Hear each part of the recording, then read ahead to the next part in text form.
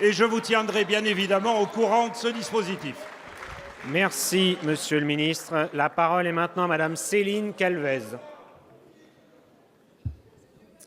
Merci, Monsieur le Président. Ma question s'adresse à Monsieur le Premier ministre.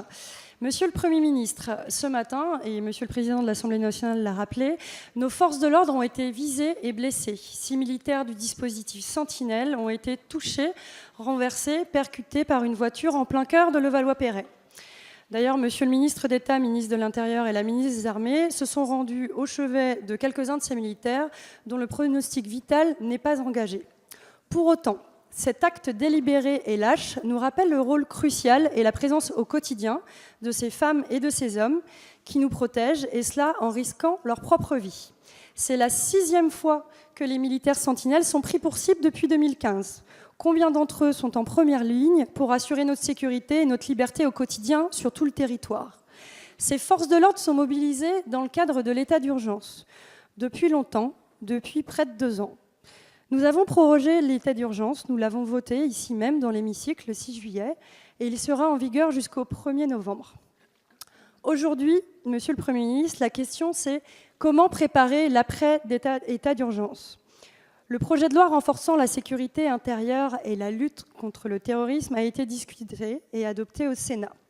En prévision de sa discussion au sein de cette Assemblée, la Commission de la Défense nationale et des Forces armées prépare un rapport pour avis sur certains articles concernant la nécessaire et pertinente surveillance des communications.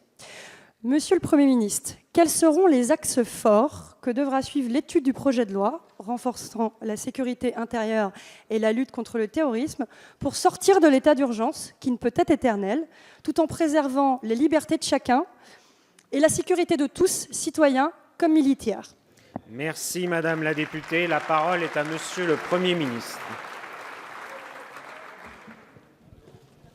Monsieur le Président, Mesdames et Messieurs les députés, Madame la députée, vous l'avez dit ce matin vers 8 heures, un véhicule a heurté volontairement un des véhicules du dispositif Sentinelle au moment d'une relève à Levallois-Perret, place de Verdun très précisément. 6 militaires du 35e régiment d'infanterie stationnés à Belfort, qui se trouvaient à bord ou à proximité immédiate du véhicule, ont été blessés. Ils ont été tous les 6 hospitalisés. Je veux dire, vous l'avez indiqué, Madame la députée, que leur état de santé n'inspire plus aucune inquiétude et que les blessures qu'ils ont subies sont fort heureusement relativement légères. À la demande du Président de la République, Monsieur le ministre d'État, ministre de l'Intérieur et Madame la ministre des Armées se sont rendus à leur chevet pour les assurer de la solidarité du gouvernement et de la reconnaissance de la nation entière.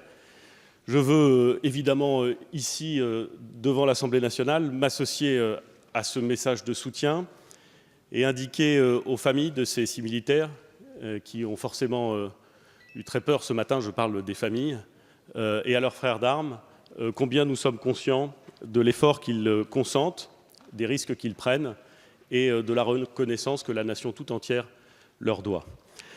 Je voudrais, Mesdames et Messieurs les députés, indiquer combien cette nouvelle attaque, car ça n'est pas la première, combien cette attaque contre les militaires de l'opération Sentinelle doit nous rappeler 2 choses.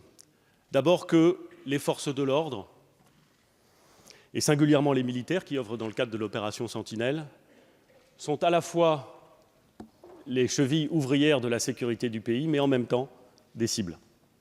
Combien leur présence, qui rassure, qui protège, est aussi pour ceux qui veulent nuire à ce que nous sommes, pour ceux qui veulent porter atteinte à notre pays, à notre démocratie, à notre culture, à notre histoire, à notre destin, combien ils sont des symboles, et donc combien ils sont des cibles directes. La deuxième chose que je voudrais indiquer, c'est que ces attaques nous montrent que ce que nous disons et ce que je crois chacun partage sur ces bancs, c'est-à-dire que notre pays est confronté à un niveau de menace élevé, reste d'actualité. Nous le savons, et si par moment nous pouvons, dans le flot de l'actualité, dans la toute relative insouciance des jours d'été, être conduits à mettre de côté cet état de fait, nous devons systématiquement savoir que notre niveau de menace, ou que le niveau de menace auquel nous sommes confrontés est élevé. Dès après l'attaque, l'ensemble des forces de sécurité a été dirigé de façon à pouvoir, dans les meilleures conditions de rapidité et de sécurité, interpeller le ou les suspects. Je veux dire là aussi à la représentation nationale qu'à l'heure où je parle, un suspect qui était au volant du véhicule incriminé a été appréhendé sur l'autoroute qui relie Paris à Boulogne-sur-Mer, a été appréhendé. Il est donc arrêté. Je ne peux pas commenter en quoi que ce soit ni les conditions de l'arrestation, ni évidemment les éléments qui relèveront de l'enquête.